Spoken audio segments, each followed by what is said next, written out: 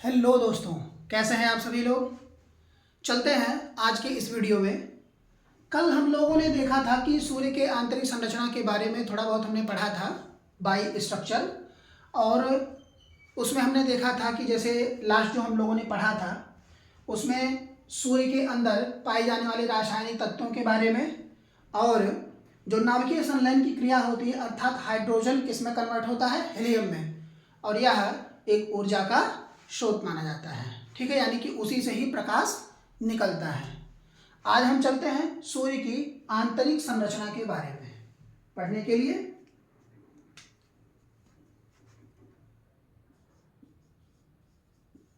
सूर्य की आंतरिक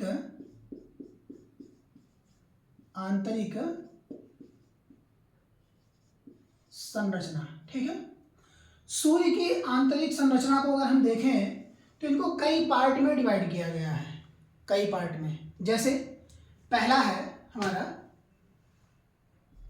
पहला यह है कोर।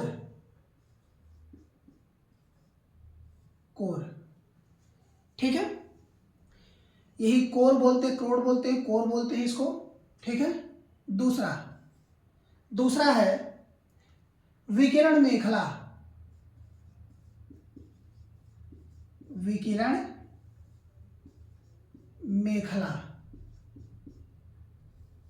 इसी को क्रोड भी बोलते हैं, क्रोड। तीसरा है संवहन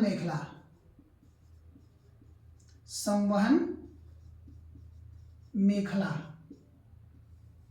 ठीक है, चौथा है हमारा, संवहन मेखला के बाद है आभा मंडल।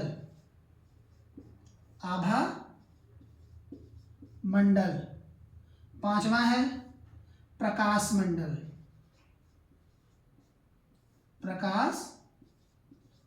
मंडल। और छठवां है हमारा, वह है प्रभा मंडल।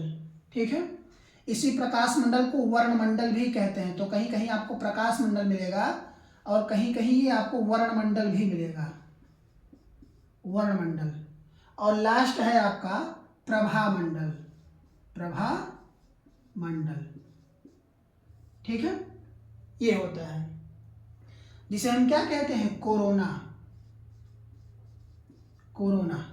ठीक है, इसको कोर बोलते हैं, कोर। ये हमारा विकिरण मेखला को बोलते हैं रेडिएटिव जोन।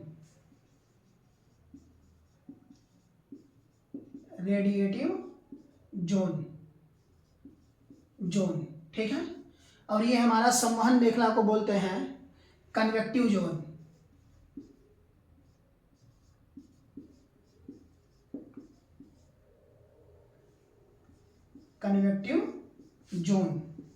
और आभा मंडल को बोलते हैं एटमॉस्फेयर, बोलते हैं हम इसको फोटोस्फीयर।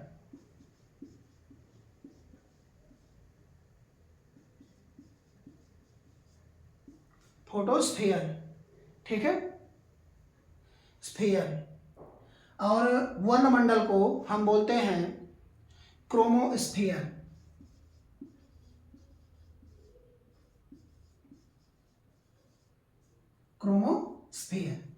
ठीक, तो अभी हम जो पढ़ने वाले हैं वह हमारा पहला, और वह है कोर मंडल, या जिसे हम कोर या क्रोड कहते हैं।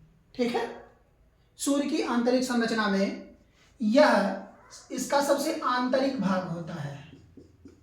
क्या होता है, आंतरिक भाग, यानी कि सबसे अंदर का भाग होता है।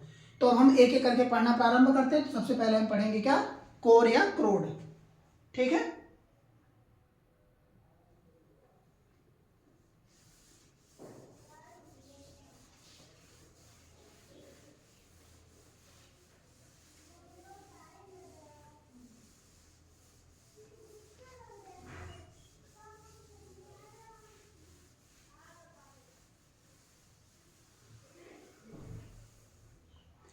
ठंडी होने लगी है, सभी लोग बचा के रहिएगा जिससे कोई दिक्कत ना हो, क्योंकि तबीयत खराब होने की संभावना ज़्यादा होती है। क्योंकि जलवायु परिवर्तन अब हर समय हो रहा है। 35 वर्ष में एक बार जलवायु परिवर्तन होता है। कितने? 35 वर्ष में।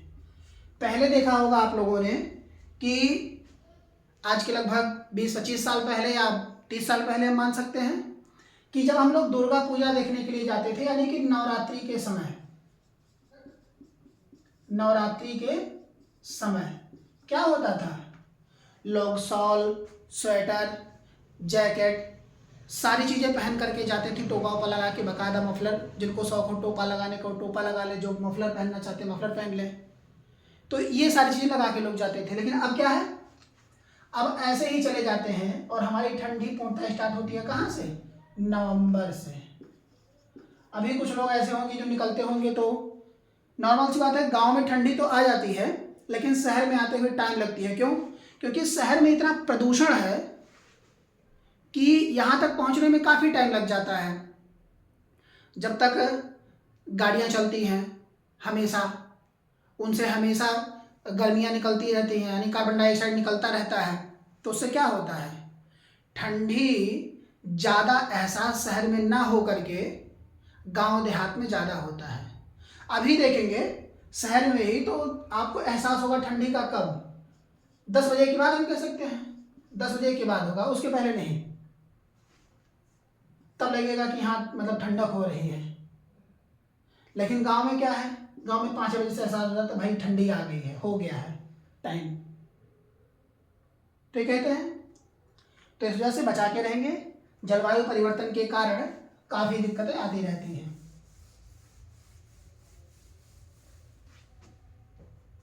हम बात करते हैं कोर की। कोर या इसी को कहते हैं क्रोड, क्रोड या कोर दोनों कहते हैं, कोर। ठीक है, यह सूर्य का केंद्रित भाग है। ठीक है, क्या है ये? केंद्रित भाग, यानी कि सबसे मुख्य का हिस्सा। जैसे अभी कल मैंने कहा था कि ये हमारा क्या है, पूर्णतः सूर्य है, और सूर्य को जब काटा गया, यानी कि उसके फलक दिखने चाहिए ना, ये हिस्सा ऐसे कुछ यहां से, तो ये जो हिस्सा है ये, इसी को हम क्या कहते हैं? कोर। इसी को क्या कहते हैं हम? कोर। ठीक है, इसका तापमान जो होता है कोर का, यह लगभग 1,50,00,000 के आसपास होता है। ठीक है, कितने के आसपास होता है? 1,50,00,000 के आसपास। ठीक है, डिग्री सेंटीग्रेड होता है। 1,50,00,000 डिग्री सेंटीग्रेड के समथिंग में होता है। ठीक है, यही कोर से ही, यही सूर्य के कोर अर्थात केंद्र भाग से ही, केंद्र भाग से ही गामा किरण, गामा किरण तथा एक्स किरण निकलती हैं। एक्स किरण निकलती हैं। ठीक है, एक्सरे में प्रयोग होने वाली, लेकिन इसका क्या होता है कि बहुत ज़्यादा होता है, हाई प्रेशर होते हैं ये सब, कि हड्डियों को भी गला करके आगे निकल जाए, छायाचित्र तो छोड़ने की बात ही जाने दीजिए, ऐसे में हो जाता है। इसकी जो बाहरी सतह होती है, यानी कि कोर की जो बाहरी सतह होती है, उसे हम प्रकाश मंडल कहते हैं। क्या कहते हैं? प्रकाश मंडल। और इस प्रकाश मंडल का जो तापमान होता है वह 6,000 डिग्री सेंटीग्रेड होता है। कितना होता है इसका ताप कितना होता है? 6,000 डिग्री सेंटीग्रेड तक होता है।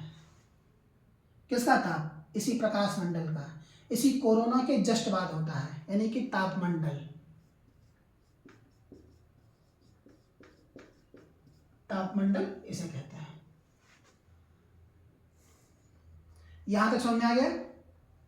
अगला है हमारा विकिरण मेखला।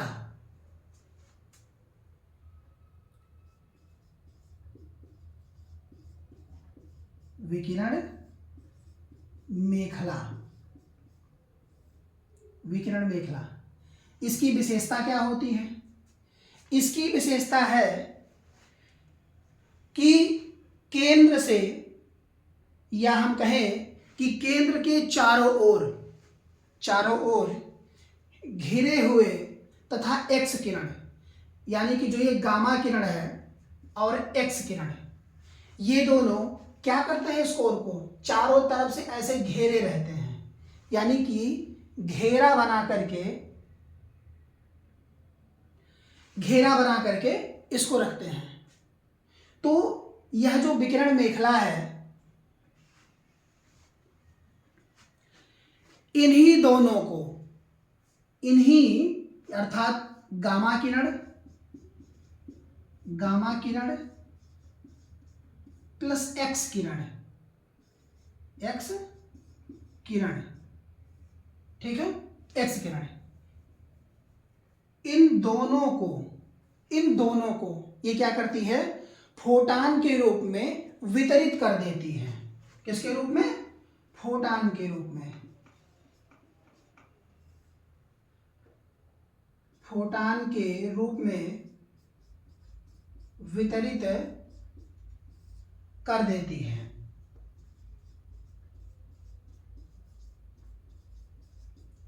फोटान के रूप में वितरित कर देती है। क्लियर हुआ ये चीज? यानी कि ये कोर के जो गामा किरण और एक्स किरण है, कौन? गामा किरण, अर्थात गामा किरण और एक्स किरण, इन्हीं दोनों को फोटान के रूप में कन्वर्ट करती है। कौन? विकिरण मेखला। यह इसकी विशेषता है। किसकी? विकिरण मेखला की विशेषता है। ठीक है, अब हम इसके आगे चलते हैं हम लोग।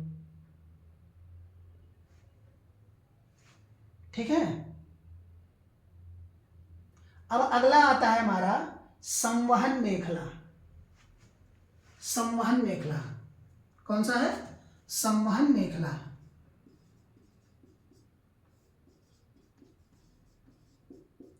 संवहन मेखला यह क्या कार्य करता है? यह जो सूर्य की ऊर्जा होती है, सूर्य की ऊर्जा यानी कि आंतरिक ऊर्जा, उसको बाहर निकालने का कार्य कौन करता है? संवहन मेखला करता है। यानी कि सूर्य की ऊर्जा को बाहर निकालता है।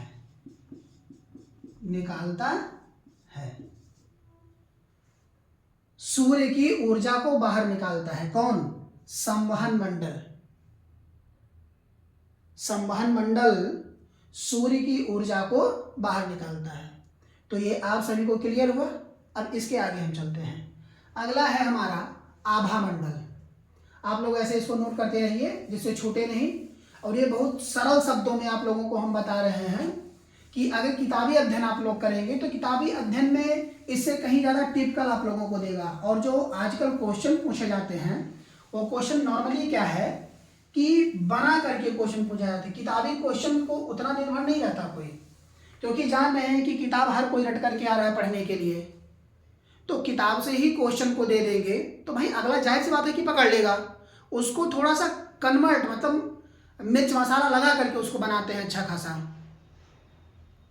कि जिससे क्या हो, जैसे अभी हमने कहा कि लगभग 1,50,00,000 डिग्री सेंटीग्रेड तापमान होता है किसका? कोर का।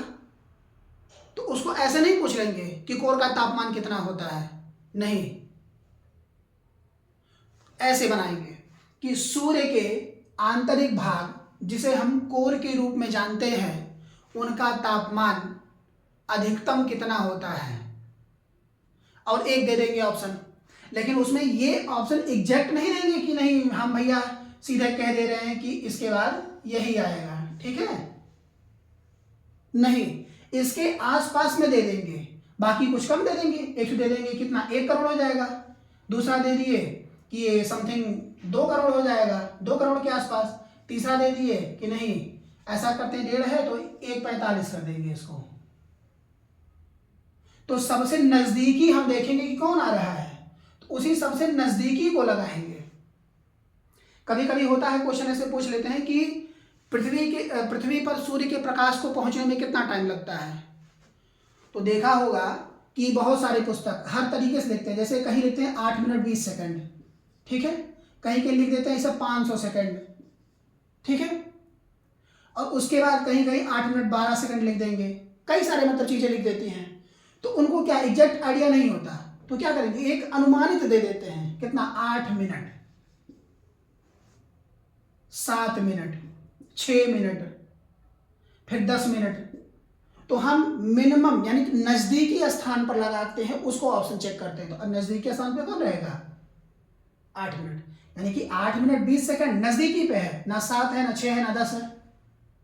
तो उसको हम क्या करेंगे, उसी हिसाब से ही हम लगाने का प्रयास करेंगे जिस हिसाब से क्वेश्चन पूछा जाएगा। तब आप सभी को दिक्कत कभी भी एहसास नहीं होगा, ठीक है। चलिए अब आगे चलते हैं, हम पढ़ते हैं आभा मंडल। तो ये चीज आप सभी लोग हमेशा ध्यान में रखिएगा कि कभी भी जब कोई क्वेश्चन पूछा जाता है तो अप्रॉक्स के आसपास ही मतलब पूछते हैं, ऐसा नहीं पूछते कि एग्जैक्ट आंसर। लेकिन ऐसा नहीं है कि हमेशा अप्रॉक्स ही पूछेंगे, एग्जैक्ट आंसर भी देते हैं। क्यों, क्योंकि उनको पता है। और जो पेपर बनाए जाते हैं उन पेपर को, जैसे क्या है, अभी कोई भी एग्जाम हो, ज्यादातर अगर सॉल्व किया जाए तो उनके किसी भी पेपर को आप सॉल्व करिए, ठीक है, पेपर को सॉल्व करिए, उसका थोड़ा कुछ करंट पढ़ लीजिए, करंट जो तत्काल में पूछे गए हों, ठीक है। सबसे बेस्ट दृष्टि की करंट आती है, दृष्टि की करंट उठा करके पढ़ लीजिए, अपडेट रहता है। और कुछ जलवायु पढ़ लीजिए, क्योंकि जलवायु हमेशा परिवर्तित होती रहती है, जलवायु पढ़ना ही पढ़ना चाहिए। इसमें से क्या होते हैं कि क्वेश्चन हमारे पुटअप होते रहते हैं, क्योंकि रिवीजन होता रहता है। जैसे मान लिया कोई क्वेश्चन आपका सन 2000 में पूछा गया, तो वह 4 से 5 साल में एक बार रिवीजन हो जाता है आराम से, मतलब एक क्वेश्चन रिवाइज कर देंगे उसमें से, और लगभग 20% क्वेश्चन उसमें से रिवाइज करते हैं आने वाले पेपर में, क्योंकि 4 साल 5 साल 6 साल ऐसे गैप करके क्वेश्चन जरूर पुटअप करते हैं। ऐसा नहीं है कि सारा का सारा क्वेश्चन हमेशा बनाया ही जाता है। जैसे अभी हम बात करें, पहले क्या था कि सारे क्वेश्चन पीसीएस और यूपीएससी में बनाए जाते थे, लेकिन यूपीएससी में अब क्रिएट करते हैं कैसा क्वेश्चन, लॉजिकल क्वेश्चन क्रिएट करते हैं। और जो यूपीएससी के पुराने क्वेश्चन है वो आजकल पीसीएस में पूछे जाते हैं। तो जो यूपीएससी की तैयारी कर रहा होगा वो नॉर्मल पीसीएस क्या होगा, बीट कर जाएगा, आरओ बीट कर जाएगा, एआरओ बीट कर जाएगा। जो छोटे एग्जाम होंगे उनको नॉर्मली क्रैक कर जाएगा, क्योंकि यहीं से ही क्वेश्चन क्या होते हैं, ऐसे ट्रांसफर हो जाते हैं यही क्वेश्चन। आप कभी भी देखिएगा कि किसी भी पेपर को उठा करके आप मैच करिए, उनमें से अधिकतम क्वेश्चन आपको कहां से मिलेंगे, यहीं से। और ये पीसीएस के जो और आरओ के क्वेश्चन है, ये आजकल एसएससी में पूछ लिए जाते हैं, यूपीपी में पूछ लिए जाते हैं। हर छोटे स्तर के एग्जाम्स को उसमें से क्या कर दिया गया है, हटा दिया गया है, इसी क्वेश्चन को उठा करके डाल दिया जाता है। आखिर क्वेश्चन बनाने के लिए भी तो तरीका लगना चाहिए, और क्वेश्चन बनाएंगे किस तरीके से जब सारे के सारे अपडेट ही होते जा रहे हैं हमेशा। तो इसीलिए करंट का सहारा देखेंगे। जब पेपर होता तो उसमें लगभग 30 से 35%, 30%, 35%, या हम कह सकते हैं 50% के आसपास खाली करंट में रख देते एकदम। ना तो हिस्ट्री के 2-3 क्वेश्चन मिलेंगे, या geography, economy, politics, civics, ethics, Hindi को तो खैर चलिए क्वेश्चन दे देते हैं, दिक्कत नहीं है। लेकिन इन सब में क्या है, 2-2, 4-4 क्वेश्चन उठा करके दे देते हैं, और व्यक्ति वही पढ़ करके जाता है, फिर बाद में कहता है जैसा पढ़े वैसा पेपर हुआ नहीं। ये मायने रख लेता है इस चीज का। तो ये सभी जरूर ध्यान रखिएगा।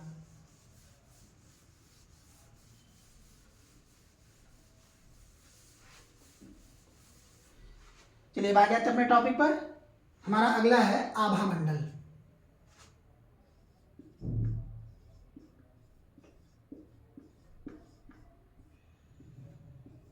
आभा मंडल, ठीक है। आभा मंडल क्या है, इसको हम सूर्य का धरातल कहते हैं। क्या कहते हैं हम? सूर्य का धरातल भाग, धरातल, सूर्य का धरातल कहते हैं इसे। ठीक है,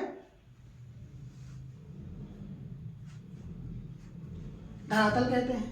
जब केंद्र से सूर्य का किरण निकलता है, केंद्र से क्या होता है? सूर्य का किरण निकलता है, तब यही आभामंडल क्या करता है? चमकता है, यानी प्रकाशमान होता है। चमकता है, या हम कह सकते हैं कि क्या, यही प्रकाशमान होता है। कौन? आभामंडल। तो अब देखिए, क्वेश्चन यहां पूछ सकता है कि सूर्य का ऐसा कौन सा भाग है जो चमकता है। ठीक है, तो हम क्या कह सकते हैं कि आभामंडल वह भाग, कैसा? सूर्य का धरातल जिसे कहा जाता है। अगर बाई राइटिंग लिखने के लिए आएगा तो हम कह सकते हैं कि आभामंडल सूर्य के धरातल का वह भाग है जहां पर केंद्र से निकलने वाले प्रकाश के बाद यह क्या करता है? चमकता है। यानी कि हम कह सकते हैं कि जब सूर्य का प्रकाश निकलता है तो यह चमकता है, यानी प्रकाशमान होता है। चमकता है, प्रकाशमान होता है, देदीप्यमान होता है, ये भी कह सकते हैं पूरा एकदम। अगला है हमारा वर्णमंडल। वर्णमंडल, वर्णमंडल है। ठीक है, वर्णमंडल क्या है? यह प्रकाश मंडल का वह किनारा है, प्रकाश मंडल का वह किनारा है, ठीक है, जो कि वायु के प्रकाश मंडल का अवशोषण कर लेने के कारण प्रकाशमान नहीं होता। अब देखिए, समझने का प्रयास करिए यहां पर। यानी कि हम कह सकते हैं कि जो प्रकाश मंडल का किनारा है, कौन? वर्णमंडल। यह प्रकाश मंडल का वह किनारा है जो कि वायु के प्रकाश मंडल का अवशोषण कर लेने के कारण, यह क्या करता है? वायु के प्रकाश मंडल का अवशोषण कर लेता है। किसका? वायु के प्रकाश मंडल का, प्रकाश मंडल का क्या करता है? अवशोषण, अवशोषण कर लेता है। और इसी अवशोषण करने के कारण, अवशोषण करने के कारण जो इसका रंग होता है, क्या रंग, वह क्या हो जाता है? लाल। क्या हो जाता है? लाल, इसका रंग। ठीक है, तो हम कह सकते हैं कि यह प्रकाश मंडल का वह किनारा है जो कि वायु के प्रकाश मंडल का अवशोषण कर लेने के कारण प्रकाशमान नहीं होता, इसका रंग लाल हो जाता है। क्लियर हुआ यहां तक? क्लियर हो गया? अब हम बात करते हैं किरीट की, यानी कि सबसे ऊपरी भाग, किरीट, किरीट। ठीक है, किरीट, यहीं से ही एक्स किरण निकलता है, एक्स किरण। और यह एक्स किरण तब दिखता है जब सूर्य ग्रहण होता है। क्या होता है? सूर्य ग्रहण। यही एक्स किरण सूर्य ग्रहण के समय हमें दिखाई देता है। क्या करता है? हमें दिखाई देता है। कौन? किरण, यानी कि किरीट।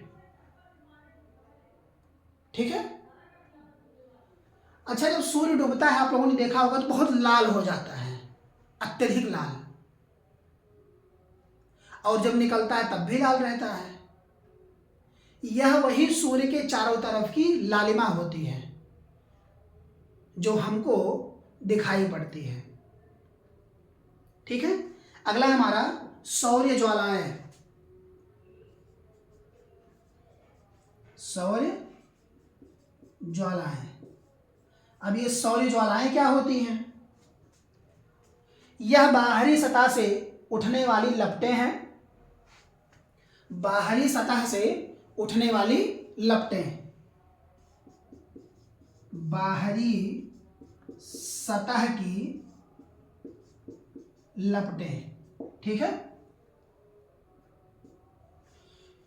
तो ऐसे हम कह सकते हैं कि जो सौर ज्वालाएं हैं वह सूर्य के बाहरी सतह की क्या हैं, लपटें हैं। ठीक है, जिनकी ऊंचाई अर्थात हाइट, ऊंचाई कितनी होती है, समथिंग इनकी ऊंचाई 10 लाख के आसपास होती है।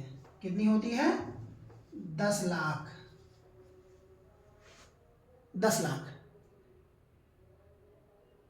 ठीक है, 10 लाख किलोमीटर। तो ये आप सभी को क्लियर हो गया होगा। यहां तक समझ में आया? कोई दिक्कत किसी को? अगर कोई दिक्कत होती है तो आप सभी लोग इसमें पूछ सकते हैं, क्वेश्चन पुटअप कर सकते हैं।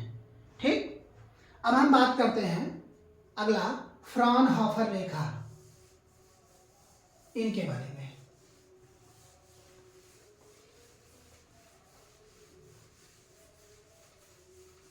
फ्रॉनहोफर एक वैज्ञानिक थे जिन्होंने इस रेखा के बारे में बताया था, जिन्हें हम फ्रॉनहोफर रेखा के नाम से जानते हैं।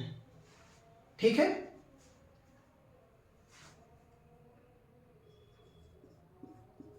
फ्रॉनहोफर रेखा, फ्रॉनहोफर रेखा। ठीक है,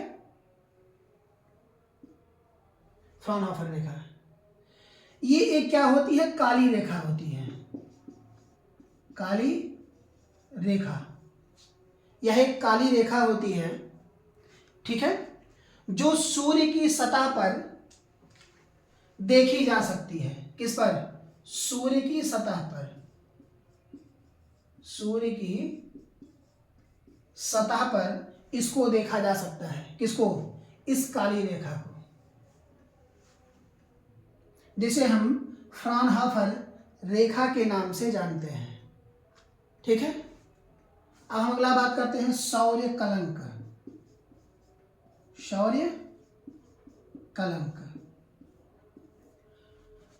तो अगर फ्रॉनहोफर रेखा के बारे में क्वेश्चन बनेगा, यानी कि वह काली रेखा जो सूर्य की सतह पर देखी जा सकती है, उसको किस नाम से जाना जाता है? तो किस नाम से जाना जाता है? फ्रॉनहोफर रेखा के नाम से जाना जाता है। ठीक है, तो ये आप लोग कभी मत भूलिएगा। ठीक,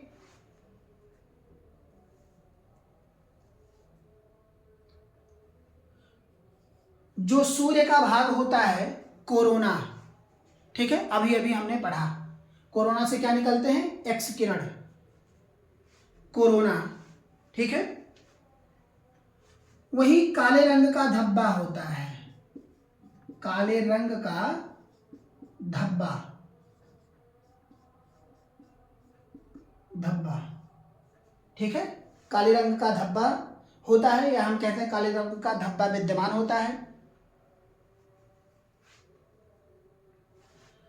जिनका तापमान सूर्य की सतह के तापमान से कम होता है। यानी हम कह सकते हैं कि सूर्य की सतह से कम, या पूरा ही लिखते हैं, सूर्य की सतह के तापमान से कम तापमान होता है। किसका? सौर्य कलंक का। यह एक काले रंग का धब्बा है जो कहाँ होता है? कोरोना में, कोरोना में विद्यमान होता है, विद्यमान होता है, कोरोना में विद्यमान होता है, जिसकी चमक, या हम कहें जिसका तापमान सूर्य के सतह के तापमान से कम होता है, जिसे हम सौर्य कलंक कहते हैं। क्या कहते हैं?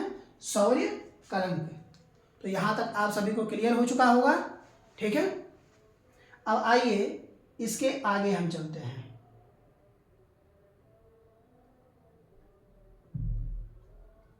इसके आगे हम चलते हैं, ठीक है। तो क्या हमने देखा कि सूर्य के सतह के तापमान से इसका तापमान कम होता है, किसका? काले धब्बे का, जो कि कोरोना में विद्यमान होता है, जिसे हम सूर्य कलंक के नाम से जानते हैं, ठीक है। इन्हीं सौर्य कलंक में ही विशाल मात्रा में चुंबकीय क्षेत्र विद्यमान होता है, ठीक है। क्या विद्यमान होता है? चुंबकीय क्षेत्र विद्यमान होता है, ठीक है।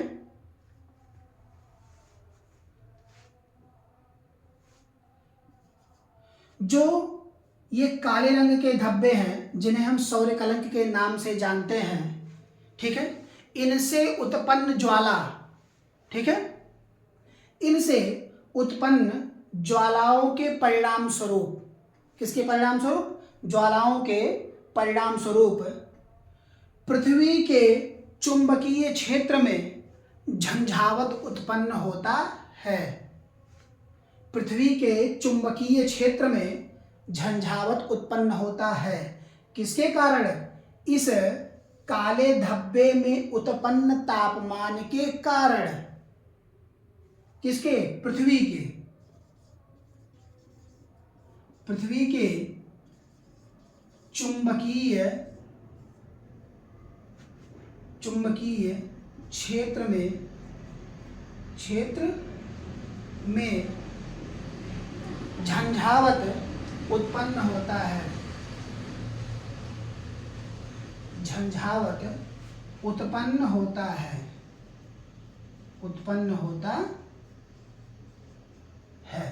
तो ये क्लियर हुआ आप लोगों को?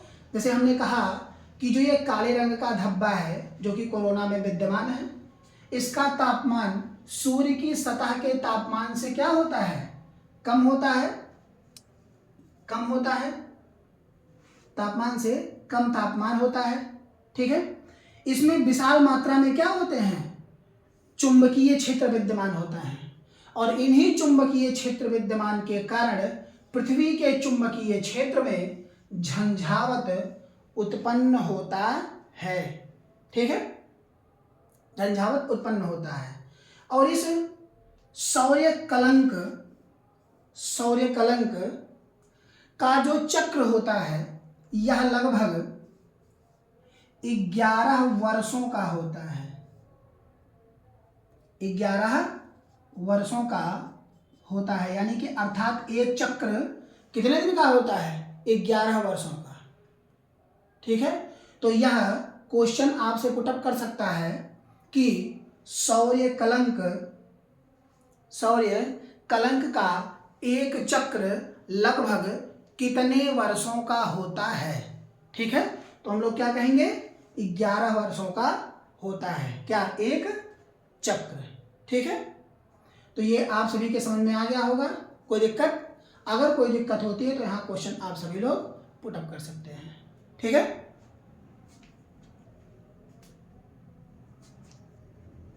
यहाँ तक क्लियर हो गया आप लोगों को? चलिए इसके आगे हम चलते हैं।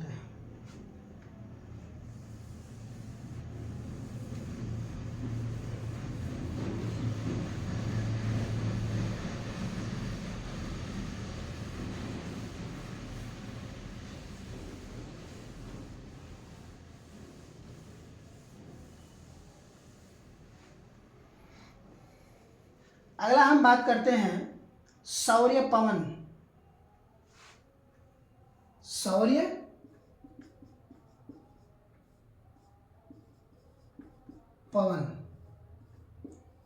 अब ये क्या होता है? सौर्य पवन क्या होता है? ठीक है, कि सूर्य के कोरोना से निकलने वाले प्रोटॉन्स, हम कह सकते हैं कि सूर्य के कोरोना से, यानी कि कोरोना से निकलने वाले प्रोटॉन्स, ठीक है। इन्हीं प्रोटॉन्स यानी कि H2 के नाभिक कौन होते हैं? H2 के नाभिक, इन्हीं की धारा को अर्थात H2 की धारा को हम क्या कहते हैं? सौर्य पवन कहते हैं। क्या कहते हैं? सौर्य पवन। किसको? सूर्य के कोरोना से निकलने वाले प्रोटॉन्स अर्थात H2 के नाभिक की धारा को हम क्या कहते हैं? सौर्य पवन कहते हैं। क्लियर हुआ आप लोगों को? अब हम ध्रुवीय ज्योति की बात करते हैं। ध्रुवीय ज्योति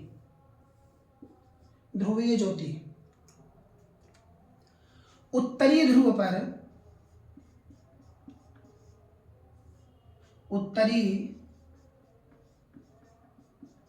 पर तथा दक्षिणी ध्रुव पर, तो उत्तरी ध्रुव पर अरोरा बोरियालिस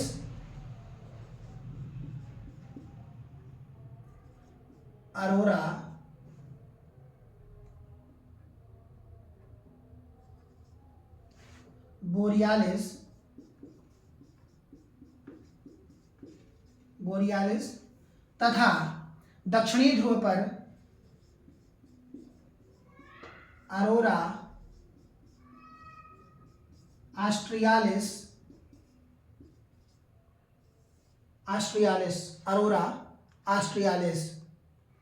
वे नज़ारे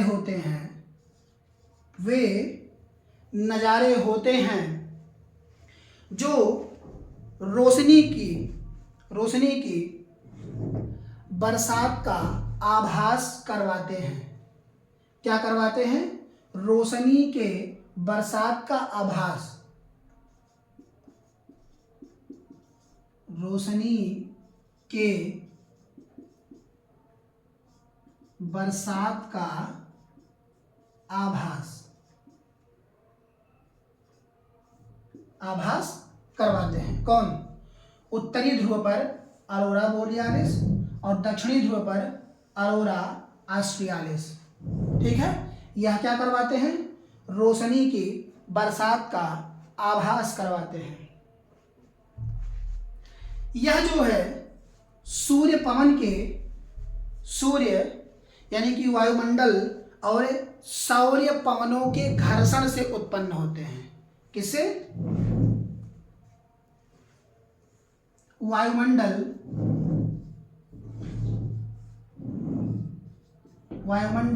प्लस सौर्य पवन, इन दोनों के घर्षण से उत्पन्न होते हैं, जिन्हें हम ध्रुवीय ज्योति के नाम से जानते हैं। तो ये आप सभी को क्लियर हुआ? ठीक है, तो आज के लिए यहाँ तक ही। इसके बाद हम, जैसे आज हम लोगों ने सूर्य को पढ़ा, अब इसके बाद एक एक ग्रह को हम लोग पढ़ते हुए चलेंगे। जैसे बुध, शुक्र, पृथ्वी, मंगल, बृहस्पति, शनि, अरुण, वरुण, यम, इन सब को देखते हुए हम लोग चलेंगे। ठीक है, तो आप सभी लोग एक भी क्लास मिस ना करें और ज़्यादा से ज़्यादा हमारी वीडियो को लाइक करें, सब्सक्राइब करें चैनल को हमारे, और इसको देखते रहें। जितने भी आसान तरीके हो सकते हैं उतने भी आसान तरीकों में हम आप लोगों को पढ़ाएंगे, और एक भी यहाँ से क्वेश्चन आप सभी को छूटेगा नहीं। जितने भी क्वेश्चन यहाँ से आएंगे सारे के सारे आप सभी को मिलेंगे। Thank you.